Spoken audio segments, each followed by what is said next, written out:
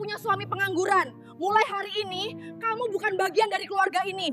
Rumah ini bukan untuk lelaki miskin. Assalamualaikum warahmatullahi wabarakatuh. Bagaimana jika orang yang kamu hina sebagai pengangguran ternyata seseorang yang bisa mengubah nasibmu? Bagaimana jika lelaki yang kamu usir dari rumahmu justru memiliki kekuatan untuk menghancurkan atau menyelamatkan masa depanmu? Sebelum kita mulai, kami doakan yang subscribe dan like supaya dilancarkan rezekinya, dilunaskan hutangnya, dan kalian dari kota mana nih?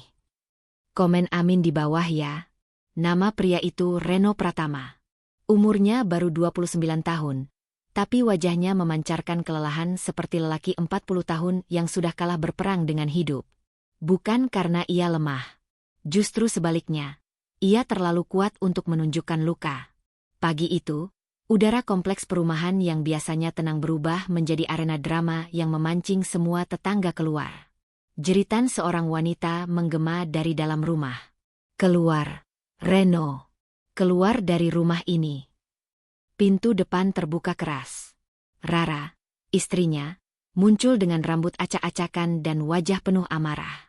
Di tangannya ada koper, tas, dan sepatu Reno yang dilemparkan satu persatu ke halaman seperti membuang sampah. Di belakangnya, ibu mertua, Bu Lastri, berdiri dengan tangan terlipat, sorot mata tajam penuh kebencian. Sudah kubilang dari dulu, gumamnya keras, sengaja agar tetangga dengar. Lelaki seperti Reno itu cuma pemalas yang menyamar jadi orang baik. Beberapa tetangga mulai keluar. Ada yang berpura-pura menyiram tanaman, ada yang memegang sapu tapi sibuk menguping. Reno akhirnya keluar, menunduk, membawa satu koper kecil yang hanya berisi baju seadanya. Tatapannya kosong, bukan karena takut, tetapi karena ia tidak ingin membalas hinaan dengan kebenaran yang selama ini ia sembunyikan. Rara menunjuknya tepat di depan gerbang rumah. Aku malu punya suami pengangguran. 3 bulan gak kerja itu namanya beban. Biban. Satu lagi baju Reno dilempar, jatuh ke tanah dan terkena debu. Tetangga menahan tawa. Ada yang berbisik. Pantes diusir. Laki-laki gak kerja mau makan apa? Akhirnya Rara sadar juga. Bu Lastri maju 2 langkah dan menatap Reno dari ujung kaki sampai kepala, seperti memandang kotoran. Mulai hari ini, kamu bukan bagian dari keluarga ini. Cari tempat lain. Rumah ini bukan untuk lelaki tak berguna. Rara mendengus, memeluk pinggang ibunya. Dan dengar ya, Reno. Lelaki yang tidak punya pekerjaan itu tidak layak jadi suami siapapun. Semua mata tertuju pada Reno. Apakah ia akan marah? Apakah ia akan melawan? Apakah ia akan berteriak dan membongkar siapa dirinya sebenarnya? Tidak. Reno hanya mengangguk pelan. Senyumnya tipis. Bukan senyum bahagia, bukan senyum kalah. Itu adalah senyum seseorang yang baru saja menyadari bahwa ia telah salah menaruh cinta pada orang yang tidak menghargai manusia, kecuali uangnya. Ia memungut bajunya dari tanah, membersihkannya perlahan, lalu berkata dengan suara sangat tenang. Kalau itu keputusan kalian, aku pergi. Lalu ia mulai berjalan keluar gerbang. 1 langkah, 2 langkah, 3 langkah. Dan itulah detik-detik sebelum dunia membalikkan keadaan. Rara masih marah-marah di belakangnya. Bu Lastri masih mencibir, memaki, menghina. Tetangga masih berbisik-bisik, sebagian menonton sambil tersenyum mengejek. Tapi tiba-tiba, brum. Suara mesin mobil sport memecah udara. Semua orang refleks menoleh. Dari tikungan jalan perumahan yang sederhana itu, muncul sebuah mobil sport merah menyala. Ferrari F8 Tributo yang menggelorakan aura mahal meski hanya sekilas. Warna merahnya memantulkan cahaya pagi, membuat semua mata terbelalak. Ferrari? Bisik seorang tetangga. Baru banget keluaran tahun ini. Harganya miliaran, kan? Mobil itu melaju pelan, melewati kerumunan, lalu berhenti tepat di depan Reno. Rara terdiam. Bu Lastri melongo. Para tetangga hampir menelan ludah mereka sendiri. Pintu mobil terbuka otomatis. Keluar seorang pria berjas rapi, tinggi, dengan jam tangan mewah yang nilainya bisa membeli rumah seluruh komplek itu. Ia berjalan cepat menghampiri Reno. Dan di depan seluruh saksi, pria berjas itu membungkuk hormat. Tuan Reno, kami mencarimu. Jet pribadi sudah siap. Para direksi sudah menunggu Anda di bandara. Keheningan menyeruak. Tidak ada yang bernapas. Tidak ada yang bergerak. Bahkan angin pun seperti berhenti. Rara memegang dadanya. Wajahnya pucat seperti melihat hantu. Sementara Reno hanya berdiri diam. Tatapannya tenang. Seolah semua ini adalah rutinitas harian.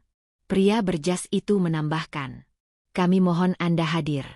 Direksi tidak bisa memulai rapat tanpa pemegang saham terbesar. Mata Rara melebar.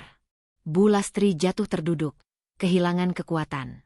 Para tetangga saling pandang, bingung, antara shock dan malu. Reno mengangkat wajahnya, memandang istri dan mertuanya.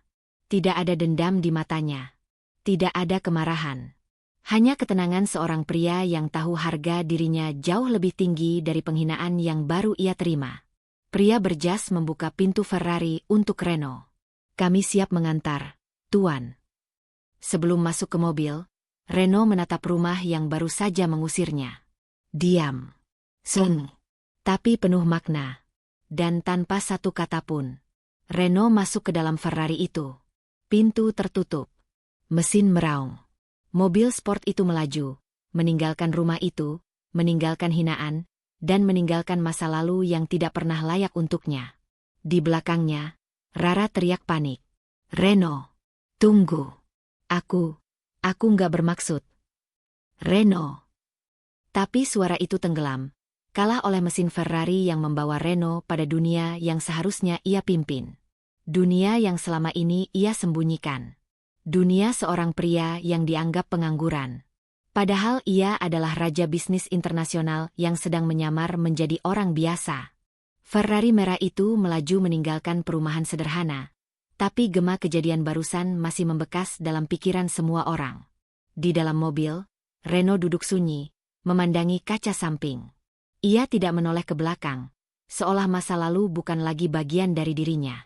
Pria berjas rapi yang duduk di samping sopir membuka percakapan. Tuan Reno, kami mohon maaf. Kami terlambat menjemput Anda. Dewan direksi panik karena merger dengan perusahaan Eropa harus ditandatangani hari ini. Reno hanya mengangguk pelan. Tidak apa. Aku hanya menyelesaikan sesuatu. Sopir dan asistannya saling pandang. Mereka tahu apa yang dimaksud Reno. Selama 3 bulan, mereka diperintahkan untuk tidak menjemputnya, tidak memanggilnya, Tuan, dan tidak membocorkan identitasnya kepada siapapun.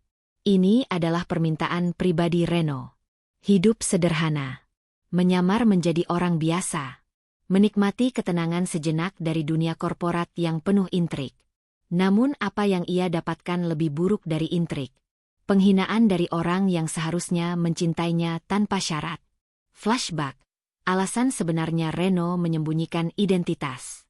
3 tahun lalu, Reno adalah anak muda paling bersinar di bidang teknologi dan investasi global. Ia membangun platform avionik yang dipakai beberapa maskapai besar di Asia Tenggara, lalu menjualnya dengan nilai fantastis.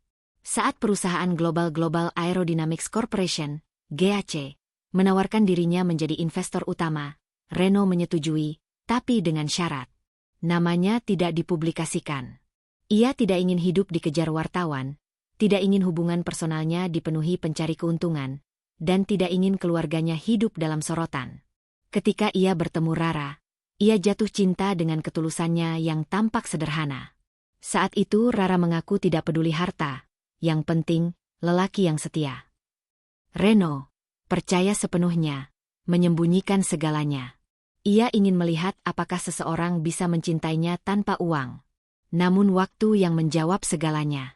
Rara mulai berubah setelah menikah. Mulai menuntut barang mahal. Mulai membandingkan Reno dengan suami tetangga.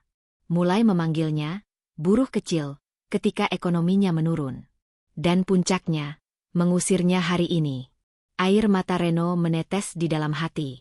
Bukan karena kehilangan Rara, tetapi karena ia mengetahui bahwa cinta yang ia bela selama ini hanyalah fatamorgana. Kembali ke masa kini, di dalam Ferrari, pria berjas, yang bernama Andre, kembali berbicara.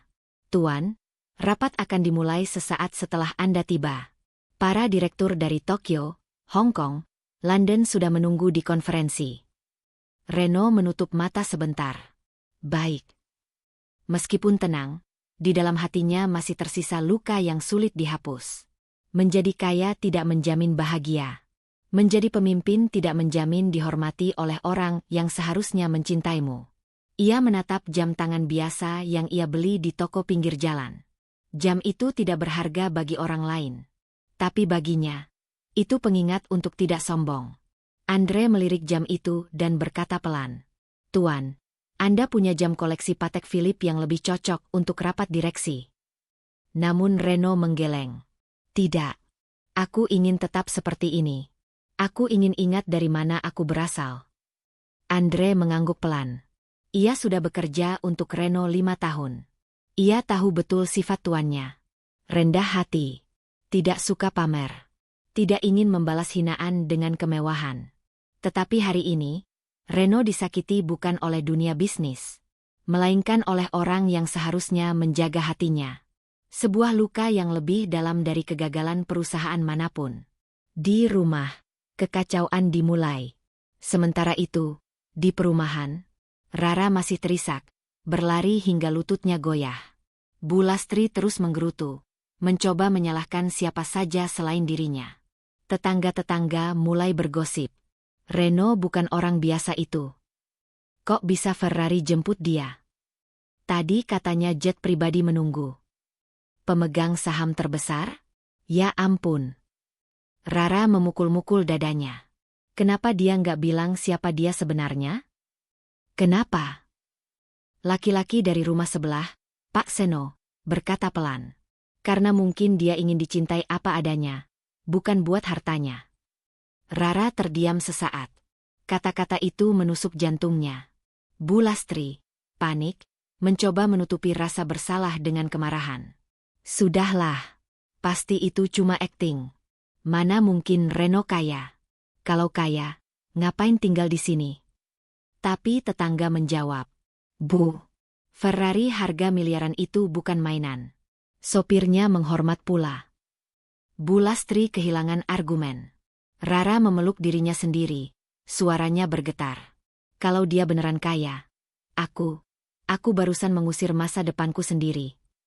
Bandara, kembali ke tahta. Ferrari memasuki gerbang bandara khusus yang digunakan para eksekutif. Dari kejauhan, sebuah jet pribadi putih dengan garis biru metalik terlihat megah di landasan. Pintu jet terbuka. 3 pramugari berdiri rapi memberi hormat. Di belakang mereka, beberapa direktur asing sudah menunggu. Saat Reno keluar dari mobil, semua orang menundukkan kepala. Ia kembali menjadi Reno Pratama, pemilik saham terbesar Global Aerodynamics Corporation. Bukan lagi laki-laki pengangguran yang diusir istrinya. Namun di dalam dirinya, luka tadi belum pergi. Setiap langkah menuju tangga jet terasa berat, bukan karena takut rapat, tapi karena orang yang ia sayangi telah menunjukkan warna aslinya. Andre mendekat, berbisik, "Tuan, apakah Anda baik-baik saja?" Reno menatap langit. "Aku baik. Hanya saja ada bagian dari diriku yang harus aku buang mulai hari ini." Angin menerpa wajahnya. Reno menghela napas panjang. "Hari ini, aku meninggalkan seseorang." Ia menatap jet yang menunggunya. "Dan mulai hari ini, aku kembali menjadi diriku yang seharusnya." Reno melangkah masuk ke dalam jet pribadi itu, tempat ia menjadi seseorang yang dihormati, bukan dihina.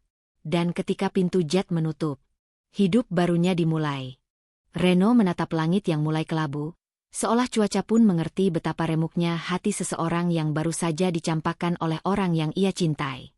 Tas ransel lusuhnya digendong, langkahnya pelan, dan wajahnya tampak kosong. Ia sudah berjalan cukup jauh dari rumah mertuanya. Setiap langkah seperti membawa pergi sedikit demi sedikit sisa harga dirinya. Namun di balik wajah itu, ada badai yang tidak terlihat siapapun. Orang-orang mengenal Reno sebagai pria sederhana, terlalu sederhana bahkan. Kaos polos, sepatu yang sedikit usang, dan jam tangan yang tak pernah ia lepaskan. Jam itu satu-satunya benda mahal yang ia miliki, tapi orang jarang bertanya kenapa. Ia memilih hidup seperti itu bukan karena tidak mampu. Justru karena terlalu mampu. Namun di dunia ini, tidak ada rahasia yang bisa ditutup rapat selamanya. Satu jejak masa lalu yang tak pernah terlihat. Reno berhenti di taman kecil dekat jembatan. Ia duduk di bangku kayu, menarik napas panjang, lalu menatap sungai yang mengalir tenang, berkebalikan dengan hatinya. Ia mengeluarkan dompetnya. Ada satu foto usang di dalamnya. Foto dirinya bersama seorang pria tua berambut putih. Sang pria mengenakan setelan jas biru gelap, dengan senyum yang penuh wibawa. "Pak, Anda pasti kecewa aku memilih hidup seperti ini," gumam Reno pelan. Nama pria itu, Leonardus Hartanto, sosok yang bagi dunia dikenal sebagai investor paling dihormati di Asia, pemilik saham di belasan perusahaan internasional. Bagi Reno, ia seperti ayah kedua. Beberapa tahun sebelum Reno menikah, Leonardus menemukannya dalam kondisi terluka akibat sebuah kecelakaan kecil di pelabuhan. Alih-alih menganggapnya kriminal atau pengganggu, Leonardus malah menolongnya, bahkan membawanya ke rumah sakit. Mereka berbicara lama tentang hidup, tentang kehilangan, tentang ambisi. Sampai akhirnya Leonardus berkata, "Kau punya cara berpikir yang berbeda, Reno. Sederhana, tapi jernih. Dan itu jarang dimiliki anak muda." Sejak hari itu, Reno dianggap sebagai murid, sahabat, sekaligus calon penerus. Dan sebelum pria tua itu meninggal, ia meninggalkan wasiat. 100% sahamku jatuh kepada Reno Kusuma. Tidak ada pejabat. Tidak ada keluarga jauh. Tidak ada anak kandung yang menuntut. Hanya Reno. Warisan itu seharusnya membuat Reno hidup mewah. Tapi ia menolak. Ia bahkan kabur dari pusat perusahaan pada hari wasiat dibacakan. Ia ingin hidup normal. Ingin dicintai sebagai manusia biasa, bukan sebagai pewaris atau pemilik kekayaan. Itulah alasan ia tak pernah menunjukkan siapa dirinya sebenarnya. Termasuk kepada istrinya, Nadira. 2. Alasan Reno diam saat dihina. Banyak yang mungkin bertanya, mengapa Reno tidak membalas hinaan mertua? Mengapa ia diam ketika Nadira mengusirnya? Mengapa ia menerima semua itu dengan kepala tertunduk? Jawabannya sederhana. Cinta. Ia mencintai Nadira begitu dalam. Sangat dalam hingga ia takut kehilangan dirinya. Takut memperlihatkan jati diri yang sesungguhnya dan malah dijauhi. Dulu Nadira jatuh cinta pada Reno karena kesederhanaannya, ketulusannya, dan cara ia memperlakukan orang lain. Reno selalu takut. Bagaimana jika di kemudian hari, Nadira berubah sikap karena ia tahu Reno bukan pria biasa? Bagaimana jika cinta itu berubah menjadi ketergantungan pada uang? Bagaimana jika ia disukai bukan karena dirinya, tapi karena hartanya? Karena itulah Reno memilih bekerja serabutan. Memilih hidup sederhana. Memilih tidak membawa mobil mewah. Tidak memakai arloji ratusan juta yang ia punya. Tidak pernah menyentuh kartu bank yang saldonya lebih dari cukup untuk membeli apartemen premium setiap hari. Ia bahkan membiarkan orang-orang menganggapnya pengangguran. Termasuk Nadira. Termasuk keluarganya. Dan hari ini, semua pilihannya menghantam balik. 3. Telepon rahasia dari orang yang tidak pernah muncul. Reno menarik ponselnya. Notifikasi pesan muncul bertubi-tubi, namun tidak satu pun dari Nadira, apalagi mertuanya. Sebaliknya, hampir semua pesan datang dari satu kontak bernama MRA. Nama yang selama ini ia sembunyikan.